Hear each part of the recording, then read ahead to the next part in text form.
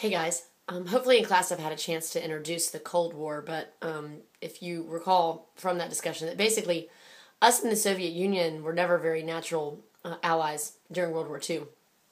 There was always some division between us, mainly based on the fact that they wanted to have an authoritarian regime as their government and a communist economy, and we were dedicated to democratic government and capitalist economies.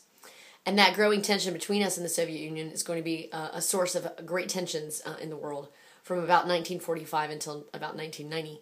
So that period called the Cold War, that's really the central principle is how we're going to fight the spread, our sense that communism and authoritarianism could be spreading at the will of the Soviet Union. So the handout that goes with this video, by the way, is a chart. It says foreign problems after World War II, and it's got the topics, and then it's got the problems, and then what the solutions are. So this is a problem-solution structure that we're looking at here. All right. It would be important to remind you just that at the end of World War II, that we established the United Nations, and the Security Council was a part of that. Remember, the Security Council can veto any decisions made by the General Assembly. And remember that the permanent members of the 5 countries that won World War II. With us and the Soviet Union, today it's called Russia. This is actually from a more modern time period, but back then it was called the Soviet Union, and that we share a permanent seat, and therefore the fact that we have such tensions between us makes the Security Council of the United Nations quite a politicized body in this time period. We're going to be looking at these pictures a little bit more in class, but I want to move on to talking about the first problem. The first problem is here in Eastern Europe and Turkey and Greece. You see this is Turkey, this is Greece, this is Eastern Europe. That the problem is that there are countries that feel threatened with communist takeovers and communist revolutionaries within their borders. And that's something that we are sympathetic about because we don't really want to see communism continue to spread and grow. So our solution to that is something called the Truman Doctrine. The Truman Doctrine says that we will give aid to any country trying to resist communism. And another word for this is called the containment policy. Okay? Notice that we didn't say we were going to try and turn the tide of communism where it already existed. We just want to maintain the existing boundaries of communism and not allow it to spread. So really, the Truman Doctrine containment policy, that's the whole reason we do everything between 1945 and 1990. It's the reason why we fight in Korea. It's the reason why we fight the Vietnam War. It's the reason why we deploy the CIA. It's almost everything we do in foreign policy is related to trying to contain the spread of communism.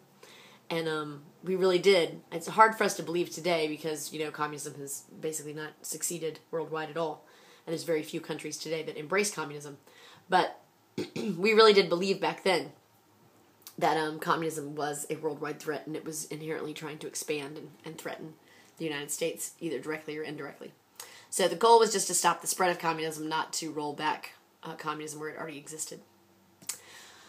All right, the next problem was Europe after World War II, and there were lots and lots of problems in Europe because the war had been fought there. There had been massive bombings, unbelievable destruction. Hopefully you remember some of the pictures from the videos we watched in class of just how devastated the European landscape was. So they had high unemployment, they had high crime rates, they had lots of refugees. The winters were especially cruel in the post-war period. People were starving, there was very little fuel. Now, the reason why this is so disconcerting is it's not just disconcerting on a humanitarian level, but we know that if people are desperate enough, communism sounds better and better, right? Poor people love communism, not rich people. So if you let the standard of living go too low, then you might see that communism becomes a more attractive option to people who otherwise might not have considered it. So we become increasingly interested in trying to solve this humanitarian crisis so that communism will not look attractive to Western Europe. So our solution is something called the Marshall Plan. It's named after George Marshall, the Secretary of State at the time. And he basically says that we're going to give out money, free money, to anybody in Europe who wants it, to help rebuild their infrastructure and help their population. So no strings attached either. These aren't loans. Now you might be thinking, well, gosh, who wouldn't want free money? Like, who wouldn't get in that line? But the answer is about half of the European countries didn't get in that line to get free money, and I want you to think for a minute if you can think about why that would be. Okay? Well, the money they do give away is going to total $12.5 billion, but it was not accepted if you can look in this graphic, it shows you where the money went. Okay, so this is Western Europe. You can see that Britain and France benefited mightily from the Marshall Plan, and all of these countries. But if you look here, you can see that Bulgaria, Romania, Hungary, Czechoslovakia, Poland, Finland, the Soviet Union, none of those countries took our free money. And the reason is that if you take money from someone, then you might feel like that there are strings attached, or it's an admission. If you take their free money, it's an admission that their economy is not producing, or that they are not able to stand on their own 2 feet. I don't know, it's kind of like if I, as a teacher who have, decided to be a teacher, if I took handouts from my family members or something, based on the idea that I needed their help. Well, if you need their help, then it kind of invalidates the choices you've been making, or the values that you hold inherently dear. So, you don't necessarily want to take charity from people if, and I think that's how Eastern Europe and the Soviet Union felt about it. They didn't really want to take charity from the United States, because that in some way was admitting that the United States had it better off, or had a better deal, or a more productive economy, or those kinds of things. So, the reality is that Eastern Europe and the Soviet Union don't take the money. Western Europe flourishes. It was very successful, the Marshall Plan in the areas where the money was accepted. And Eastern Europe continues to be slower in its ability to provide a high standard of living to its people, because they do not receive this extra infusion. That's the word. This extra infusion of cash. Okay. Next, we have the problems related to West Berlin in Germany. If you remember from the division of Germany at the end of World War II, that the blue part here is the democratic countries that helped rebuild Germany after the war. And then there was the Soviet Union, it's the red part here. They didn't want democracy, they wanted authoritarianism. And so they refused to put Germany back together with these democratic regimes. Well, remember also that Berlin, the capital city of pre-World War II Germany, it also was divided. And it's the same way. There's a blue part here that's West Berlin, and it's democratic, and then there's the eastern part of Berlin that is authoritarian and communist. So the problem is that the Soviets, we've been accessing West Berlin with this 80-mile road between West Germany and West Berlin. And one day the Soviets just show up on that road and say that we can't use the road anymore, that it's been closed. And they don't state how long it's going to be closed. There's very few details offered. And basically, it's just the idea that they're trying to cut off access to West Berlin and kind of starve them out, so that eventually they will agree to be subsumed by East Germany. Because what's going on here is, it's getting embarrassing in West Berlin, because the democratic and more free market-oriented economy that we've established in West Berlin is flourishing, and the standard of living is going up. And the people in East Berlin and East Germany are seeing that West Berlin is becoming kind of like an oasis in the desert. It's got things going on. It's got a higher standard of living. And so there's a lot of people who start maybe wanting to go to West Berlin, or defect, it's called a defection, defect into West Berlin. So this is just getting embarrassing for the Soviet Union, and they need this whole problem to go away. And the way for this whole problem to go away is for just West Berlin to disappear, for it to just be subsumed by East Germany and East Berlin. So by cutting the road off, that it's the hope that that will be achieved without any actual direct violence. Well, we know that West Berlin depends on our food and fuel and medical supplies to exist, and that if we don't do something to help them get the supplies that they need, that they could be likely to turn to or allow a communist takeover just out of pure desperation. So the question is what to do. If we went ahead and fired upon the military here that was cutting off the road, that would be an aggressive act that could lead to the outbreak of World War III. And so if we do something direct to respond to this, it could be seen as initiating a war. So instead what we decided to do is something indirect. The solution is that you can see here, we're going to do something called the Berlin Airlift. We're going to fly planes starting from West Germany, and they're going to fly over West Berlin and drop needed supplies and food and all kinds of things. These are lots and lots of flights, and in fact include incoming. This is candy because some of the men the pilots who are flying the planes, sometimes sometimes they were dropping stuff that wasn't fragile, so they wouldn't actually have to land the plane. The plane could just fly over a field, and they had targets drawn in the fields, and they would just drop their payload onto the targets. And there would be kids down in the fields, and the kids would wave, and out the pilots would throw candy. And they became known as the candy bombers, and there was a nice little connection between the pilots and the children who knew that not only were things they needed to survive coming from the cargo loads of those planes, but also candy.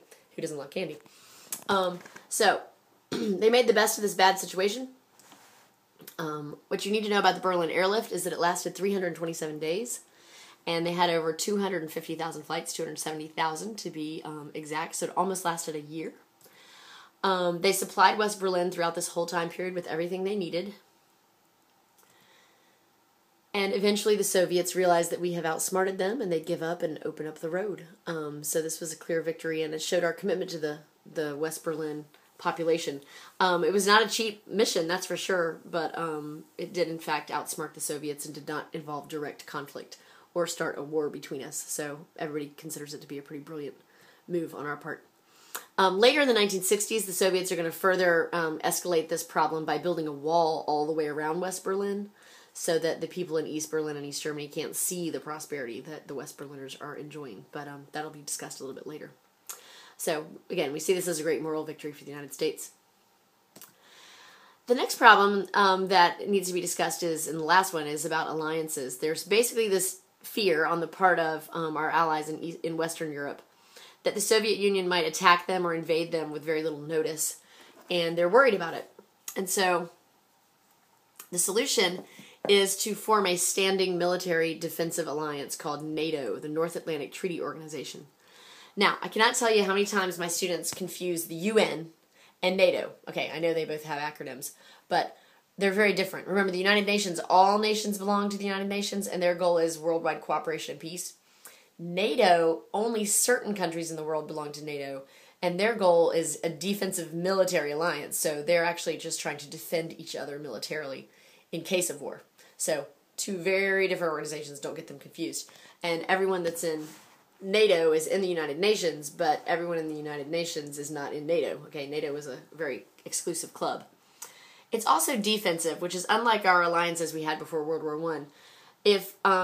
If we are attacked, everyone in NATO has to come to our aid. But if we attack someone, they don't.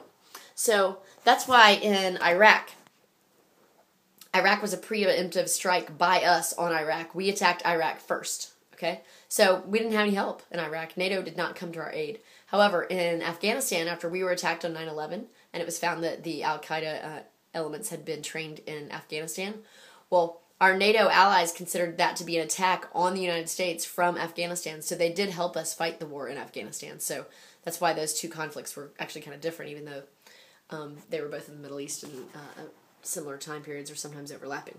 Okay? So defensive is the important part there. They don't have to help us unless we are attacked. At first, NATO involved 10 Western European countries, plus the United States and Canada. The Soviets respond with their own military alliance called the Warsaw Pact. It's not around today. When the Soviet Union dissolved, so does the Warsaw Pact, but it basically involved the Soviet Union and Eastern Europe. And so we had suddenly two alliances against each other, NATO versus the Warsaw Pact. So it really did draw kind of a very clear and bright line between the, in the Cold War period, between the Western democratic and Eastern authoritarian regimes. So you can see that this is a really cool graphic of NATO in 2009. It shows in what order different countries have come in.